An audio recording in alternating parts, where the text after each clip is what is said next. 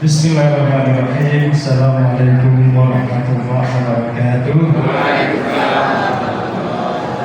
Ibu dan bapak semuanya sehat-sehat ya.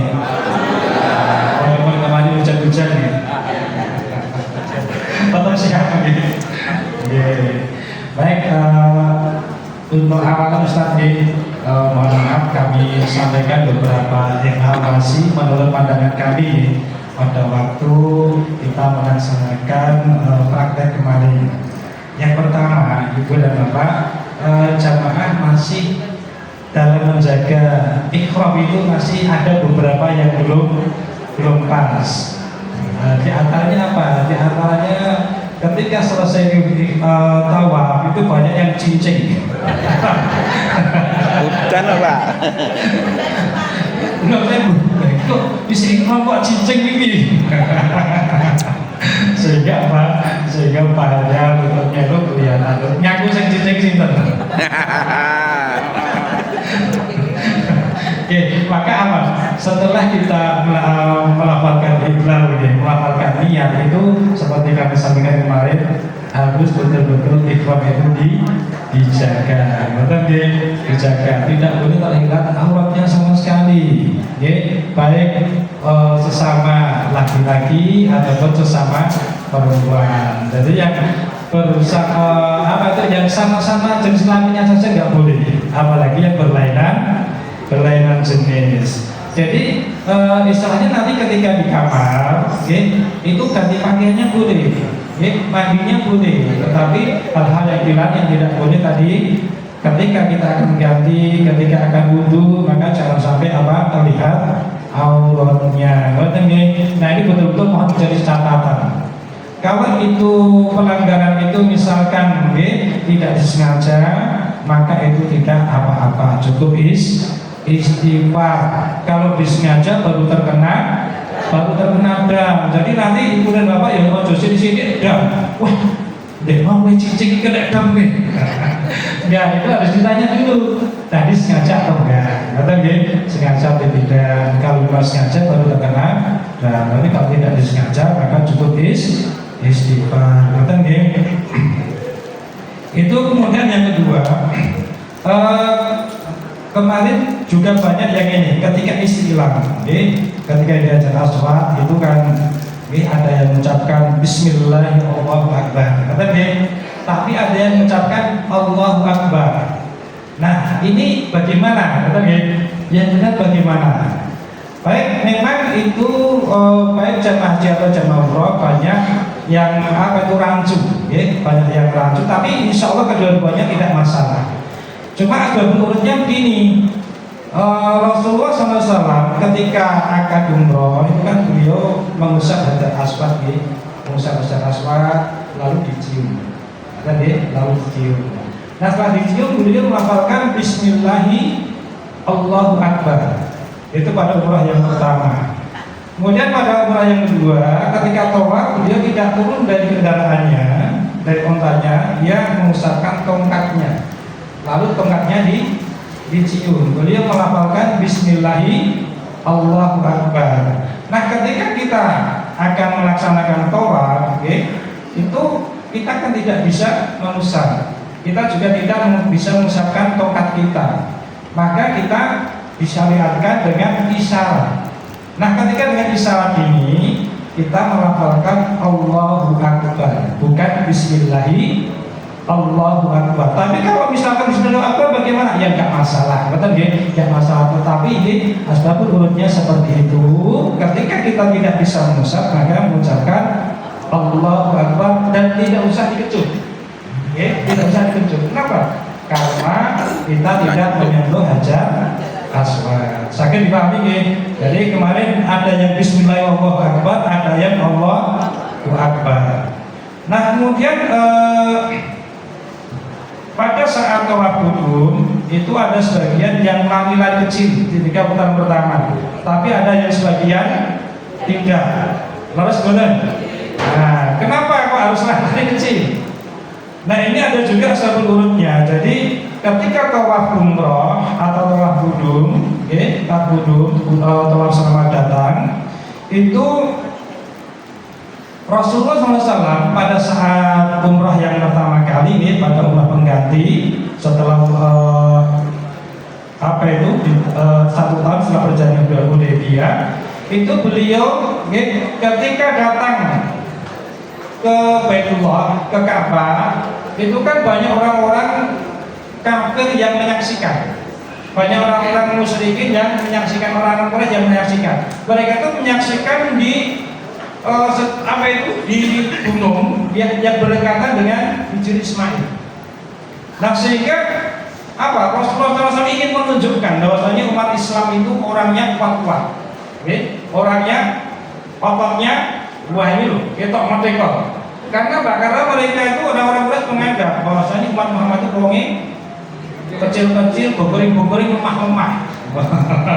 Maka kemudian Rasul merintahkan, yuk dibuka ketok-ketok otote. Nah, ketok-ketok otote. Lalu maka ketika kita tawaf kudum itu pundaknya dibuka. Tetapi untuk tawaf yang lain pundaknya tidak bisa dibuka. Kemarin saya melihat tawaf ifadah pundaknya masih dibuka. Jadi ketika tawaf ifadah masih lari-lari kecil. Nah, kemudian ketika memulai tawaf itu Rasulullah SAW karena disaksikan orang-orang Quraisy, orang lain masih musyrik, Rasulullah SAW meminta pada sahabat, dia lari-lari. Maka ketika tawaf itu Rasulullah dan para sahabat lari-lari dari Hajar Aswad sampai mana? Rukun Yamani. Nah, kemudian sampai rukun Yamani kan beliau kemudian menuju ke rukun Hajar Aswad. Nah, ketika di antara ini karena tertutup Ka'bah yang di sini, yang sebelah utara sini di Hijr Ismail itu, maka orang-orang Quraisy kan tidak bisa melihat. Lalu Rasulullah meminta, yuk sekarang kita jalan biasa. Maka nanti ketika tawaf kudum atau tawaf umroh itu antara Hajar Aswad sampai rukun Yamani itu lari-lari kecil. Nah, kemudian dari rukun Yamani sampai Hajar Aswad itu dengan berjalan biasa. Untuk apa? Ini strategi Rasulullah untuk menghemat tenaga. Nah, ini berlangsung sampai 3 putaran. Nah, ketika sudah dapat 3 putaran, orang-orang Quraisy percaya, wah, kok Islam ini kuat. Sampai Madinah perjalanan 7 hari, bisa kuat lari-lari. Wah, ini kan membuktikan kuat fisiknya. Maka kemudian mereka meninggalkan bukit tadi dan mereka pergi. Nah, maka ketika mereka pergi, Rasulullah melempar tempat meminta para sahabat untuk jalan biasa. Nah, ini asbabul wurudnya kenapa? Di putaran pertama itu jamaah, ketika tawaf kudum atau tawaf umroh itu lari-lari kecil. Kemudian putaran keempatnya mulai berjalan biasa. Nah, Allah untuk tawaf ini doanya sama saja. Kemarin ada yang menanyakan, tawaf itu kan juga. Tawaf itu sama saja. Kan tawaf itu ada tawaf kudum, atau tawaf umroh yang tiap umroh. Kemudian ada tawaf sunnah, tawaf pengganti tahiyatul masjid. Ada tawaf nanda yang hukumnya wajib karena nanda. Lalu ada tawaf ifadah, lalu ada tawaf wada. Maka ritual umrah atau proses umrah ini dimulai dari kemarin pertama kali membaca Allahumma imanan bika, sampai kemudian diakhiri sholat 2 rakaat dan tawaf di belakang makam Ibrahim. Jadi sama. Nah, kemudian yang berikutnya di rukun Yamani. Rukun Yamani ini ketika tawaf disunahkan untuk mengusap rukun Yamani. Disunahkan mengusap rukun Yamani. Tetapi kalau misalkan tidak bisa mengusap, maka tidak usah istiqlam. Tidak usah istiqlam. Jadi cukup berjalan saja, kemudian membaca Rabbana atina fid dunya hasanah dan seterusnya. Nah, kemudian yang berikutnya ini untuk lempar jamarat. Nah, lempar jamarat kemarin juga banyak yang kurang pas. Kenapa? Karena ketika melempar jamarat, itu pundak kiri itu berada di dekat Ka'bah. Berada di dekat Ka'bah. Atau pundak kirinya yang menghadap ke Ka'bah. Kemarin banyak yang pundak kanannya ini. Jadi harus dilihat Ka'bahnya di mana. Nah, kata dia. Nah, pundak kirinya ini berada yang paling dekat dengan Ka'bah. Rata-rata kemarin agak kurang pas nih. Jadi, nah kemudian melemparnya mohon masih ada yang begini. Oke, pokoknya semangat dulu. Maka melemparnya, diingat, kemarin Pak Haji Taufik sudah menyampaikan melemparnya, kita mencari tempat yang sepi, yang nyaman, paling dekat. Nah, melemparnya begini. Nah, ke atas. Dengan membaca apa sebelumnya? Bismillahirrahmanirrahim. Allahu Akbar. Boleh Allahu Akbar. Allahu Akbar. Melempar. Nah, setelah melempar diamati betul. Yang pertama kena atau tidak. Yang kedua masuk sumur atau tidak. Nah, setelah dipastikan kena masuk sumur, lalu berdoa, Allahumma ja'alhu hajjam mabrura wa dzamban maghfura. Lalu yang kedua lagi, ambil yang kedua, Bismillahirrahmanirrahim. Nah, itu paling banyak catat seperti ini. Nah, kemarin juga ada pertanyaan bagaimana kalau kita bingung is keberapa. Maka kemarin kami sarankan sebelum melempar ambil kerikil 7 butir di tangan kiri. Nah, sehingga nanti tidak ragu-ragu. Kemudian yang berikutnya ini dam, untuk dam sekali lagi, dam jangan sedikit-sedikit, nanti ketika pelanggaran harus membayar dam. Jadi ditanyakan dulu kepada pembimbingnya, oh ini saya seperti ini, kena dam atau tidak. Karena hal-hal yang itu terlupakan atau tidak sengaja itu tidak terkena dam. Baik, itu dari saya evaluasi untuk praktek kemarin. Saya kira yang lain sudah cukup bagus, tinggal nanti Ibu dan Bapak memantapkan doa-doanya. Mudah-mudahan Ibu dan Bapak semuanya sehat selalu, sampai nanti semuanya bisa berangkat di tahun ini dan mendapatkan haji yang mabrur. Demikian dari saya, Oke, mungkin ada pertanyaan Ibu dan Bapak. Monggo Ibu.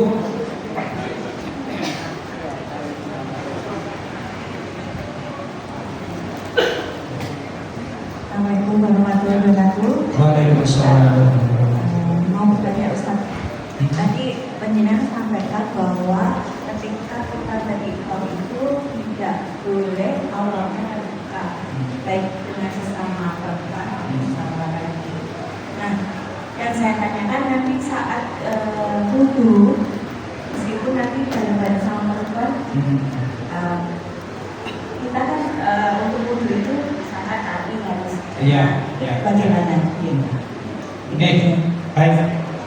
Mungkin yang lain ada lagi wudu ketika ihram maksudnya baik.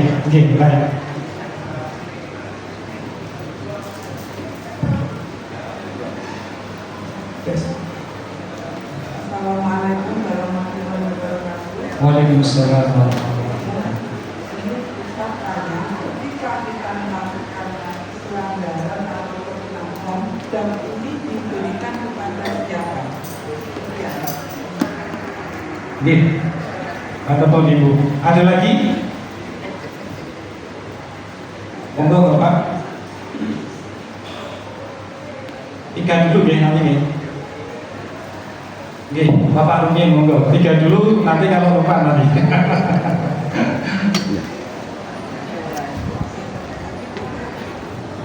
Terima kasih. Assalamualaikum warahmatullahi wabarakatuh. Waalaikumsalam. Mungkin saya ingin menanyakan ini Ustaz. Saat tawaf itu kan kita berharap tadi 1 sampai 3 lari gitu ya. 4 dan selanjutnya jalan. Nah, apakah di dalam 4 ke 5 sampai ke 7 itu jalannya itu dalam putaran yang sama atau mendekati keluar. Karena pernah saya mendapatkan arahan bahwa 4 sampai 7 itu kita diharapkan untuk jalan mendekati ke luar, sehingga ketika kita akan ke Maqam Ibrahim itu tidak mengalami kesulitan untuk melaksanakan sholat sunnah di Maqam Ibrahim. Itu yang pertama. Yang kedua, di Waqaf Arafah itu kan kita ke Musdalifah ya untuk sholat jamaah takhir, isya dan maghrib. Nah, kami ingin menanyakan saat maghrib dan isya jamaah takhir itu pasal, apakah itu nanti sebaiknya sendiri-sendiri atau secara berjamaah gitu? Terima kasih. Assalamualaikum warahmatullahi wabarakatuh. Waalaikumsalam warahmatullahi wabarakatuh. Baik, saya akan menjawab yang pertama. Nanti yang kedua ketika silakan nanti Bu Umi atau dan Pak Taufik ingat ya untuk menjawab yang berikutnya. Oke, tadi wudhu ketika dalam posisi ihram, betul nih. Baik Ibu dan Bapak, jadi ketika dalam posisi ihram ini umumnya ketika banyak orang, misalkan jaringan di rest area, betul nih, di rest area atau kodarullah ketika di pelataran Ka'bah mungkin kan batal. Nah, ini juga banyak terjadi kesalahan Ibu dan Bapak. Saya kadang sampai ngurus dodol ketika kita di rest area istirahat itu banyak para wanita yang akan wudhu itu maka toilet itu kaos kakinya dilepas di luar. Kata Bu Mini, kaos kakinya dilepas di luar. Lalu karena tidak memakai gamis, kantoknya dilunongke. Padahal kita kabeh, buntes di sini kita kabeh. Itu pelanggaran ihram. Bagaimana cara kita bersuci ketika sedang ihram? Baik, ketika kita bersuci ketika ihram, nanti kita bisa ambil rukun-rukunnya saja, atau di tempat yang umum, atau mungkin di tempat yang tidak memungkinkan banyak air. Tetapi kalau misalkan di tempat yang banyak air, maka bisa kita ambil juga sunnah-sunnahnya. Pertama kita membasuh tangan kan nggak masalah, betul nih. Kemudian yang kedua ketika kita membasuh muka juga tidak masalah. Nah, bagaimana untuk membasuh tangan? Nah, membasuh tangan Ibu dan Bapak ketika di tempat umum, nanti Ibu dan Bapak tidak usah gulung, tidak usah gulung bajunya. Cukup nanti dengan mengusap atau menepuk-nepuk anggota wudhu.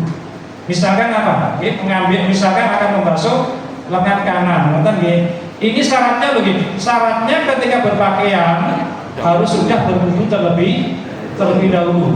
Syaratnya itu ketika akan memakai pakaian sudah berwudhu terlebih dahulu. Jadi nanti bisa mengambil air di tangan kiri, lalu bisa ditepuk-tepukkan begini. Maaf. Ambil di tangan kiri, ditepuk-tepukkan begini boleh. Kemudian dibalik, kemudian ditepukkan ke bawah atau diusap dari sini, ambil air di sini, diusapkan sampai situ. Kemudian di atas kain, kemudian dibalik. Yang tangan kiri juga sama, ambil air di tangan kanan, ditepuk-tepukkan boleh, kemudian dibalik atau diusapkan dari ujung ke atas, kemudian dibalik sampai ke bawah. Untuk kepala juga sama. Kepala juga sama, nanti kalau diusapkan di atas jilbab atau kalau mazhab Syafi'i kan dengan sebagian kepala boleh, nanti dimasukkan ke dalam jarinya ke dalam kerudung. Tapi kalau mazhabnya nanti diusapkan di atas jilbab tidak masalah. Jadi tidak usah melepas jilbab. Nah, kemudian untuk membasuh kaki bagaimana? Membasuh kaki cukup mengusap saja. Jadi misalkan membasuh kaki kanan, ambil air di tangan kanan, lalu diusapkan dari ujung ini. Nah, ke atas. Kaki kiri juga sama. Ambil air, diusapkan dari ujung ke atas. Betul ya? Itu wudhu ketika kita sedang ihram di tempat umum. Baik, untuk yang kedua, monggo Ustaz Tomoli bisa dijawab. Cek. Bismillahirrahmanirrahim. Baik ibu-ibu, bapak, calon beliau Rahman, rahimakumullah yang berbahagia, alhamdulillah kita bisa bertemu lagi di sini Tadi ada beberapa pertanyaan. Yang pertama, bagaimana ketika ihram berwudu ya Bu ya? Sudah dijawab jelas. Kami hanya menguatkan terlebih dahulu. Yang pertama terkait dengan pakaian ihram. Pakaian ihram itu ibu-ibu yang pakaian muslimah ini semuanya aurat kecuali wajah dan kedua telapak tangan. Ini satu. Bapak-bapak ketika nanti berpakaian ihram itu yang terbuka bebas itu hanya di atas pusar sampai kepala dan di bawah lutut. Berpakaian ihramnya pusarnya harus tertutup, bawahnya di atas mata kaki ya gitu. Ini jadi perhatian ya, tidak asal pakai ya gitu. Karena kalau semojo udelnya diketokin terus ya itu berarti melanggar ya kan gitu. Jadi itu pakaian ihramnya baik bapak maupun ibu. Kemudian untuk pelaksanaan haji, karena mohon maaf kami tidak mengikuti, kami tidak akan mengevaluasi ya Bu ya Bapak, hanya melihat sekilas saja tadi, tidak akan mengevaluasi pelaksanaan haji. Insya Allah sudah seperti kaifiah yang dituntunkan. Wa atimul hajjah wal umrata lillah, maka sempurnakan haji dan umrohmu hanya untuk Allah, maka harus dipersiapkan betul. Nah, yang perlu kami ingatkan Bapak Ibu sekalian, monggo mulai dicermati betul, dicamkan untuk diimplementasikan. Kaitan rukun dalam umroh itu harus diperhatikan. Niat, ihlal, labbaika umratan, ya, kemudian tawaf, kemudian sa'i, kemudian tahallul. Itu jangan sampai tertinggal. Begitu pula dalam ibadah haji, rukunnya harus diperhatikan. Niat ihlal labbaika hajjan ya, kemudian wukuf di Arafah, kemudian tawaf dan sa'i, kemudian tertib tahallul. Itu rukun haji dan rukun umroh. Sedang wajib-wajibnya nanti juga harus diperhatikan betul. Prinsip di dalam beribadah haji ini tidak susah, tidak sulit, tapi memang ada unsur taisir, memudahkan. Tapi jangan digampangke, yang penting jangan digampangke, tapi unsur dimudahkan itu ada. Ya. Misalkan tadi sempat digambar sekilas, orangnya sudah sakit, tinggal nafas saja. Tapi karena wukuf itu rukun, ya dengan cara apapun syarikah itu, panitia itu harus membawa jamaah ini untuk wukuf di Arafah walaupun sebentar. Al-hajju Arafah, haji itu wukuf di Arafah. Nah itu. Kemudian tempat-tempat dan waktu ijabah banyak Bapak Ibu ya, nanti mohon diperhatikan. Tempat-tempat ijabah Masjidil Haram, Masjid Nabawi, kemudian di Bukit Sofa, di Bukit Marwah pada saat berjalan di belakang Makom Ibrahim, di antara pintu Ka'bah dan Hajar Aswad di Multazam itu dan lain sebagainya. Termasuk nanti di Madinah itu tidak perlu oyok-oyokan saya harus ke Raudhah, itu juga tidak ya, harus tidak apa-apa. Di dalam Masjid Nabawi itu ya doa insya Allah dikabulkan. Tapi maksudnya kan karena orang kepengen Raudhah kan gitu, walaupun dengan sistem yang sekarang sedang berproses gitu. Waktu-waktu ijabah yang lain juga diantara adzan dan iqamah itu waktu ijabah. Jadi Bapak Ibu bisa manfaatkan di sana dengan sebaik-baiknya. Baik, kemudian kaitannya dengan dam tadi Bapak Ibu diberikan kepada siapa kan begitu. Nanti lihat dulu jenis pelanggaran damnya apa. Gitu. Kalau tidak ihlal dari mikot ya damnya harus menyembelih seekor kambing, misalkan terpaksa begitu. Kepada siapa diberikan? Nanti koordinasi saja dengan ketua kloter atau ketua rombongannya. Karena pemerintah dalam hal ini akan menunjuk tempat penyembelihan dam itu hanya dua lembaga yang resmi, ya, Adihi, kemudian lewat Basnas sementara, tapi belum digedok betul, ya. Apakah nanti masih ada mukimin, kita belum tahu ya. Kalau ada mukimin yang bisa kita percaya, ya insya Allah kita akan bisa lewat situ. Nanti lihat jenis pelanggarannya, apakah saya harus memberi makan, memberi makan kepada fakir miskin atau dengan apa itu nanti sesuai pelanggarannya. Monggo nanti dipertegas, diperdalam di KPIH masing-masing gitu. Nah, itu kemudian sholat di Musdalifah Pak Ye. Sholat di Musdalifah tadi ini kaitannya kan setelah wukuf. Nanti bisa dilihat situasi dan kondisinya pada saat setelah wukuf. Bapak Ibu akan diangkut ke Musdalifah itu kapan? Ya, andai kata diangkutnya memang sudah malam betul, ya dari Arafah, sholat maghrib isya-nya bisa dilakukan di Arafah. Ya, bisa dilakukan di Arafah dan tetap di qashar. Nah, takdim qashar mungkin ya itu. Tapi kalau sudah sampai di Musdalifah itu juga tetap di qashar. Hanya akhir ya, waktunya akhir, tapi tetap maghrib dulu 3 rakaat, kemudian isya 2 rakaat. Nah, pertanyaannya berjamaah atau sendiri-sendiri? Kalau bisa dilakukan berjamaah lebih baik, pahalanya juga berlipat. Tapi kalau sendiri-sendiri terpaksanya juga nggak apa-apa. Tapi biasanya kalau bareng rombongan regu itu bisa berjamaah. Cari satu tempat itu di Musdalifah, hati-hati nanti, jangan berpencar sendiri. Saya sarankan di Musdalifah itu kalau pergi dari rombongan, misalkan ke toilet, itu harus ada teman, jangan sendiri. Di sana itu semua berpakaian ihram, ya kan, putih semua.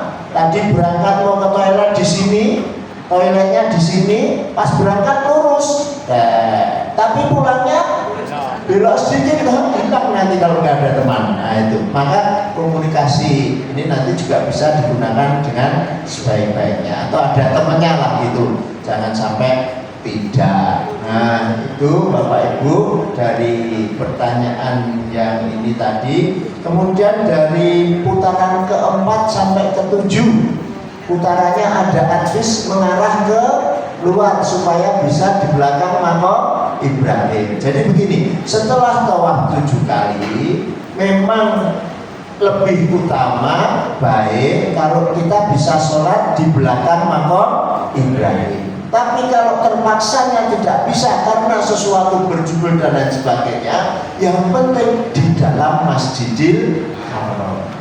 Dan jangan lupa ambil tempat sholat itu, ya gitu kan.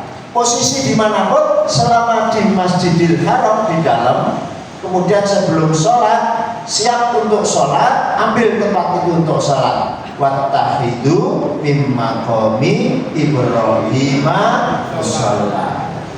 2 rakaat, Fatihah kafirun, Fatihah ikhlas, salam, kemudian upayakan berdoa. Di situ juga bisa sholat sendiri-sendiri, tidak berjamaah. Nah, itu. Itu. Nah, ini terkait pertanyaan-pertanyaan, saya kira monggo nanti kalau berkembang lagi bisa kita informasikan. Bapak Ibu, sekilas info saja ini, mudah-mudahan Bapak Ibu yang hadir ini sudah lunas semua ya. Insya Allah belum ya. Apa masih ada yang belum istiqoah? Insya Allah istiqoah. Per tanggal 4 kemarin berita resmi cadangan yang sudah menyatakan pernyataan dan sudah istiqoah itu diberi kesempatan untuk melunaskan sampai tanggal 9 Januari. Monggo Pak yang sudah duit kerasa mandan, enggak orang digeser yang lain nanti ya gitu. Sudah istiqoah lunasi. Itu nanti segera dapat proses berikutnya. Dinamikanya haji tahun ini sangat tinggi Bapak Ibu, ini perubahannya ya. Kemarin per tanggal 4 ya sekitar itu masih ada sekitar 56 jamaah yang sudah dinyatakan siap siap cadangan dan sudah dinyatakan istiqtoah, ini bisa melunasi. Gitu. Demikian tambahan kami, karena saya tidak ikut praktek haji, saya tidak mengevaluasi ya. Hanya tadi saya menguatkan Ustadz Haji pada saat melempar jumroh yang Makkah posisi Baitullah di sebelah kiri kita, Mina di sebelah kanan, itu lemparan yang pada tanggal 10 Zulhijjah, lempar akobah saja. Kemudian tanggal 11, 12, 13 bisa dari segala arah. Itu atur suwun. Ibu Umi, monggo bisa menambahkan.